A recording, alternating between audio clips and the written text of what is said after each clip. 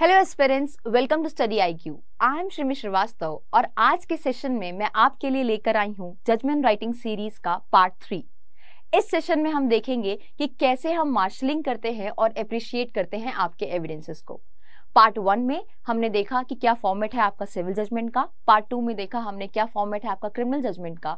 तो आज के सेशन में हम देखेंगे कि कैसे हम मार्शल करते हैं और कैसे जो है अप्रिशिएट करते हैं अपने एविडेंस को। So let's begin with the session now. इस सेशन को स्टार्ट करने से पहले मैं बता दूं, स्टडी IQ देता है स्टडी IQ जुडिशरी कोर्स। इस कोर्स पे हम कवर अप करते हैं आपके सारे major laws, minor laws, judgement writing की क्लास, एसे राइटिंग की क्लास, करंट अफेयर्स और वो बाकी सारी चीजें जो आपके एग्जामिनेशन पॉइंट ऑफ व्यू के लिए बहुत जरूरी हैं। So let's begin. सबसे पहले जानते हैं कि मार्शलिंग का क्या मतलब होता है और किसे कहते हैं हम मार्शलिंग ऑफ एविडेंस। तो मार्शलिंग का मतलब होता है जब आप एविडेंसेस को सीक्वेंस में लगाते हो, जब आप उन्हें अरेंज करते हो in a sequence as per your issue और पॉइंट ऑफ डिटर्मिनेशन, तो उसको हम कहते हैं कि आपने जो है मार्शलिंग करी है। अगर आप एक अच्छी मार्शलिंग करते हो तो वो हेल्प करता है एक अच्छा डिसीजन देने में कोर्ट के आगे, राइट। अब यहाँ पे एक बात बहुत इंपॉर्टेंट है कि जो मार्शलिंग होता है आपका, ये एक प्री कंडीशन होता है आपके एप्रिसिएशन ऑफ एविडेंसेस का। इसीलिए मार्शलिंग जरूरी होता है आपका एप्रिसिएट करने से पहले एविडेंसेस को। नाउ कैसे मार्शलिंग करते हैं और उसके क्या स्टेप्स होते हैं, will see it right away.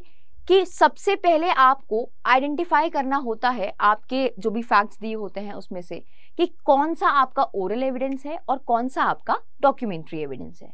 उसके बाद आप जो है इनको सीक्वेंस में लगाते हो। आप देखते हो कि कौन से फैक्ट्स दिए हुए हैं आपको, उसमें से कौन से एविडेंसेस आपके कनेक्टेड हैं और फिर आप उनको सीक्वेंस में लगाते हो एज पर योर इशू और as per your point of determination in the case of criminal, right. अब आपने देखा कि कनेक्टेड हमने एविडेंसेस को अलग कर लिया, हमने ओरल एविडेंसेस को अलग कर लिया और आपने डॉक्यूमेंट्री एविडेंसेस को अलग कर लिया। अब जब आपने इनको सीक्वेंस में लगाया एज पर योर इशू या पॉइंट ऑफ डिटर्मिनेशन जो आपने फ्रेम किया है, तो उसमें आप वो सारे एविडेंसेस को सीक्वेंस में लगाते हो। और जब सीक्वेंस में लगाते हो तो ये बाद में आपको हेल्प करता है एविडेंस को एप्रिशिएट करने में, मतलब हैप्पजार्ड मैनर नहीं होता। इसीलिए मार्शलिंग जो है एक तरीके का प्री कंडीशन माना जाता है। तो यहाँ पे सीक्वेंस में लगाने के बाद अगर कोई टेस्टिमनी दी किसी विटनेस ने, तो आपको पूरी टेस्टिमनी एज इट इज नहीं लिखनी है। उसमें से जितना रेलेवेंट पार्ट है जो कनेक्टेड है आपके इशू से या पॉइंट ऑफ डिटर्मिनेशन से इन द केस ऑफ क्रिमिनल, तो उतना ही पार्ट आप कोट करोगे। फॉर एग्जाम्पल, सपोज 4 विटनेस हैं, उन्होंने अपनी टेस्टिमनी दी और उस टेस्टिमनी में उन्होंने सब कुछ बता दिया जो वो जानते थे और यहाँ पे उन्होंने जो है एक्यूज की इंटेंशन को प्रूव किया under section 14 of Indian evidence act. अब जब यहाँ पे इंटेंशन उन्होंने प्रूव किया और जो सारी बातें उन्होंने बताई कोर्ट में आके, जो भी टेस्टिमनी दी विटनेसेस ने, तो आप वो सारी बातें नहीं लिखोगे। जहां पे आपको एक्यूज की इंटेंशन को प्रूव करना होगा तो आप सिर्फ वही मेंटल फैक्ट उठाओगे जो आपका उस इशू या पॉइंट ऑफ डिटर्मिनेशन में रेलेवेंट है। आप पूरा एज इट इज उसकी टेस्टिमनी को कोट नहीं करोगे, क्योंकि इससे क्या होगा, एक तो टाइम वेस्ट होगा और इतना time you will not have in the examination कि आप जो है पूरी टेस्टिमनी एज इट इज लिखो और उससे जो है आपका जजमेंट राइटिंग बहुत बुरा दिखेगा कि भाई इसने तो पूरा एज इट इज उतार दिया जो क्वेश्चन पेपर में दे रखा है, करेक्ट। सो यहाँ पे आपको सिर्फ उतना ही फैक्ट लिखना है जो आपके, उतनी ही टेस्टिमनी लिखनी है उस विटनेस की जो आपके लिए रेलेवेंट है इन दैट पर्टिकुलर इशू और in that particular point of determination. Now अब ये हमने देखा कि क्या स्टेप्स हैं आपके मार्शलिंग के। पहला, आप सेग्रीगेट करोगे कि क्या आपका ओरल एविडेंस है और क्या आपका डॉक्यूमेंट्री एविडेंस है। फिर आप जो भी कनेक्टेड एविडेंसेस हैं उनको सीक्वेंस में लगाओगे and lastly, as I have told you, कि आप सारी टेस्टिमनी नहीं लिख दोगे किसी विटनेस की, जो इतना रेलेवेंट पार्ट है उतना लिखोगे। तो this is how you do the marshalling of your evidences, where you put all the evidences in the sequence. Now appreciation क्या होता है, आप कैसे appreciate करते हो एविडेंस को। तो सबसे पहले जानते हैं कि एप्रिसिएशन ऑफ एविडेंस का क्या मतलब होता है। तो एप्रिसिएशन ऑफ एविडेंस का मतलब होता है जहां पे आप वे करते हो कि कितना that particular evidence is reliable या आपका ट्रस्टवर्दी। आप जहां पे वेइंग करते हो एविडेंसेस की कि रिलायबल है या नहीं है, या आप वे करते हो कि कितना ये ट्रस्टवर्दी है दैट पर्टिकुलर एविडेंस, उसको हम क्या कहते हैं, उसको हम कहते हैं appreciation of evidences. Now section 3 में इंडियन एविडेंस एक्ट के बहुत क्लियरली दे रखा है कि ओरल एविडेंसेस क्या हैं और आपकी डॉक्यूमेंट्री एविडेंस क्या हैं।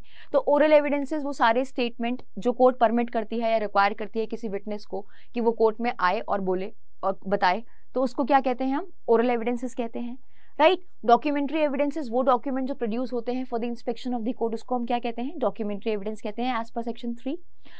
अब सेक्शन 5 क्या कहता है, सेक्शन 5 कहता है कि आप एविडेंसेस दे सकते हो सिर्फ उन फैक्ट्स पे जो फैक्ट आपके रेलिवेंट फैक्ट हैं या फैक्ट इन इशू हैं, और बाकी सारे फैक्ट्स जो है हम कोर्ट में नहीं मानते हैं। तो हम सिर्फ और सिर्फ एज पर सेक्शन 5 क्या मानते हैं कि वो फैक्ट्स जो आपके रेलिवेंट हैं और जो आपके फैक्ट इन इशू हैं, बस हम उसी को कंसिडर करते हैं before the court of law.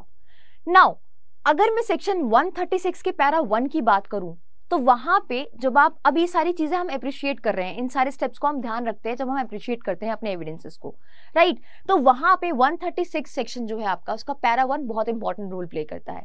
The reason being कि वहां पे बहुत क्लियरली कोट कर रखा है सेक्शन में कि जब कोई पार्टी एविडेंस देने आती है कोर्ट के आगे, तो वहां पे कोर्ट उससे पूछता है कि पार्टी आप मुझे ये बताओ कि ये पर्टिकुलर एविडेंस कैसे रेलिवेंट है आपका सेक्शन 6 से लेके 55 तक, सेक्शन 6 से लेके 55 तक कैसे ये आपका रेलिवेंट माना जाता है, राइट। तो वहां पहले पार्टी से पूछा जाता है कि आप पहले ये प्रूफ करो कि कैसे जो एविडेंस आप दे रहे हो वो रेलिवेंट है आपका सेक्शन 6 से लेके 55 तक। दैट मीन्स आप स्टैब्लिश करो ये बात कोर्ट में कि कैसे ये पर्टिकुलर फैक्ट आपका रेलिवेंट है। अब फॉर एग्जाम्पल कि एक एग्जाम्पल कोट करते हैं कि मान लो ए ने जो है बी के घर में चोरी करी और सी ने उसको चोरी करते हुए भागते हुए देखा चोरी के बाद। अब यहाँ ए ने बी के घर में चोरी करी और बी ने चोरी के तुरंत बाद जाके जो है एफआईआर लॉन्च करा दी जो सामान उसके घर से चोरी हुआ उस पे। अब यहाँ पे तुरंत बाद जो उसने एफआईआर लॉन्च कराई, तो ये एक तरीके से फॉर्म कर रहा है पार्ट ऑफ सेम ट्रांजैक्शन। तो क्या हम इसको कह सकते हैं कि ये फैक्ट पर्टिकुलर फैक्ट रेलिवेंट है, वो पर्टिकुलर फैक्ट की उसने तुरंत बाद जाके एफआईआर लॉन्च कराई? तो we can say that it is forming the part of same transaction and it is relevant under section 6 of your Indian evidence act. तो यहाँ पे इस तरीके से फैक्ट को हम जो है अपने एप्रिशिएट रेलेवेंट कराते हैं और एप्रिशिएशन करते हैं एविडेंसेस की। तो सबसे पहले हमें प्रूफ करना पड़ता है कि ये फैक्ट पर्टिकुलर फैक्ट कैसे रेलेवेंट है आपका सेक्शन 6 से लेके 55 तक। तो हमने देखा सेक्शन 6 का एक एग्जांपल, एंड सिमिलरली आपको सेक्शन 6 से 55 में जितने भी सेक्शंस हैं उसके हिसाब से मोटिव कंडक्ट प्रूफ कराना है आपको सेक्शन 8 में, या आप किसी को आइडेंटिटी स्टैब्लिश करनी है आपको, या आपको कोई ओकेजन बताना है कॉज इफेक्ट सेक्शन 7 में, राइट। तो सिमिलरली आप जो है ये बताओगे कि आपका फैक्ट कैसे रेलिवेंट है इन सारे सेक्शंस के बीच में, तब आपका जाके जो है रेलिवेंसी उस पर्टिकुलर फैक्ट की होती है। नाउ तो यहाँ पे सेक्शन 136 पैरा 1 की डिक्लेरेशन की वजह से हमें यहाँ पे कोर्ट पहले ही पूछ लेती है कि आप बताओ जो आप एविडेंस लेकर आए हो before the court of law वो कैसे रेलिवेंट है आपका सेक्शन 6 से लेके 55 तक। मोरओवर सेक्शन 165 का पैरा 1 भी बहुत क्लियरली कहता है कि अगर आप जजमेंट लिख रहे हो तो जजमेंट जो है आपका बेस्ड होगा सिर्फ रेलिवेंट फैक्ट्स पे, और वो रेलिवेंट फैक्ट्स आपके ड्यूली प्रूव होने चाहिए। तो यहाँ पे जब भी आप अप्रिशिएट करते हो एविडेंस को जब अप्रिशिएट करते हो तो the very first thing you have to keep in mind is कि आपको पहले उस पर्टिकुलर एविडेंस को बताना पड़ेगा कि कैसे वो रेलिवेंट है आपके सेक्शन 6 से लेके 55 तक। एंड अनदर पॉइंट क्या है आपको दिमाग में रखना कि आपको अपना जजमेंट जो है सिर्फ उन्हीं रेलिवेंट फैक्ट्स पे बेस्ड रखना है जो रेलिवेंट फैक्ट्स आपके ड्यूली प्रूव्ड है एज पर सेक्शन 165 का para 1। Now what are the steps to be followed जब आप अप्रिशिएट करते हो एविडेंस को? तो सबसे पहले आप बताओगे कि ये पर्टिकुलर फैक्ट आपका रेलिवेंट है या नहीं, ठीक है। और उससे भी पहले as I have told you कि marshalling is a precondition for your appreciation of evidences. तो यहाँ पे आप पहले सीक्वेंस में लगाओगे, सबसे पहले सीक्वेंस में लगाया, ओरल और डॉक्यूमेंट में सेग्रीगेट किया, उसके बाद आपने कनेक्टेड एविडेंसेस को एक तरफ किए और फिर उनको डिसाइड किया कि कौन से इशू या कौन से पॉइंट ऑफ डिटर्मिनेशन में लिखना है ना। उतना ही पार्ट लिखा विटनेस की टेस्टिमनी का जितना आपका रेलिवेंट है एज पर द इशू और as per your point of determination in the case of criminal. तो पहला स्टेप क्या है कि पहला आपको बताना पड़ेगा कि गिवन फैक्ट कैसे रेलिवेंट है आपका इंडियन एविडेंस एक्ट में। नाउ सेकेंड स्टेप क्या है कि उसकी एडमिसिबिलिटी चेक करनी है। एडमिसिबिलिटी क्यों चेक करनी है? हम यहाँ पे वे कर रहे हैं कि कितना वो पर्टिकुलर एविडेंस आपका रिलायबल है, कितना ट्रस्टवर्दी है। तो यहाँ पे उसकी एडमिसिबिलिटी कैसे चेक करेंगे? तो एडमिसिबिलिटी के मैंने बताया कि मैंने कोट किया सेक्शन 136 का पैरा 1, जहाँ पे बताया कि एडमिसिबिलिटी के लिए कोर्ट पूछता है भाई बताओ ये पर्टिकुलर फैक्ट आप जो जिसका एविडेंस दे रहे हो वो कैसे आपका रेलिवेंट है अंडर सेक्शन 6 से 55 तक। एंड सिमिलरली वहाँ पे आप देखोगे कि कैसे आपको अपना एविडेंस को एडमिसिबल कराना है before the court of law. Now next is appreciation of evidence. Appreciation of evidences produced on relevant fact is done to check the reliability of the evidence. हम क्यों appreciate कर रहे हैं? क्योंकि हमें उसकी reliability check करनी है। और जैसे मैंने एग्जाम्पल लिया कि वो तुरंत बाद गया, that is forming the part of same transaction, तो ये आपका रेलिवेंट है आपका सेक्शन 6 में। तो इस तरीके से आप फैक्ट्स को चूज करते जाते हो अपने क्वेश्चन से और इस तरीके से उनको अप्रिशिएट करते जाते हो, राइट। और उसके अप्रिसिएशन के बाद जो है आप क्या करते हो, आप जो है अपना जो डिसीजन लिखते हो उन रेलिवेंट फैक्ट्स को जो आप प्रूव कर चुके होते हो कि आपने जब बता दिया कोर्ट में कि ये फैक्ट्स जो है रेलिवेंट हैं आपके सेक्शन 6 से लेके 55 तक, तो फिर उसके बाद आप उन सारे रेलिवेंट फैक्ट्स को अपने एज पर द इशू और पॉइंट ऑफ डिटर्मिनेशन कोट कर सकते हो। So these are the step to be followed for appreciation of your evidences. I hope the session was fruitful to you. Thank you so much for watching.